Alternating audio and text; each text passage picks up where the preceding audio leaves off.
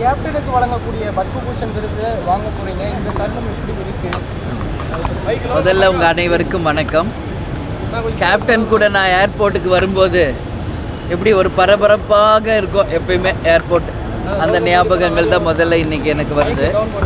இன்றைக்கி வந்து கேப்டனுக்கு டெல்லியில் நாளைக்கு பத்மபூஷன் அவார்டு தரப்போகிறாங்க. அதுக்காக இன்றைக்கி நாங்கள் டெல்லிக்கு போகிறோம். நாளை மாலை 6:30 மணிக்கு மேலே அவார்டு ஃபங்க்ஷன் இருக்குது. அதை வாங்கிட்டு 10ஆம் தேதி மாலை தமிழ் சங்கம் சார்பாக கேப்டனுக்கு வந்து பாராட்டு விழா நடத்த இருக்காங்க. ஸோ அதையும் நாங்கள் கலந்துக்கிறோம்.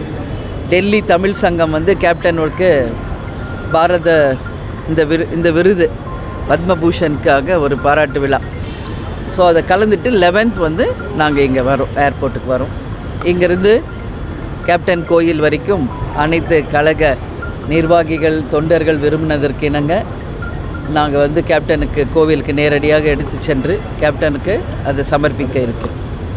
முதல் கட்டத்திலேயே அவருடைய பெயர் வந்து இடம்பெறவில்லை. ஏப்ரல் 22 கொடுக்கறதுலேயே அது மிஸ் ஆகிடுச்சு. ஆமாங்க. இல்லை, அது ஒன்றும் இல்லை. அது எப்பயுமே ஒரு 3 வாட்டி 4 வாட்டி பிரித்து தான் வந்து கொடுப்பாங்க. ஏன்னா அதோட ஹாலோட அமைப்பு அந்த மாதிரி. அதனால் ஒரு 2ஆம் கட்டம் 3ஆம் கட்டமாக பிரித்து தான் எப்பயுமே அவார்டு கொடுக்குற வழக்கம்.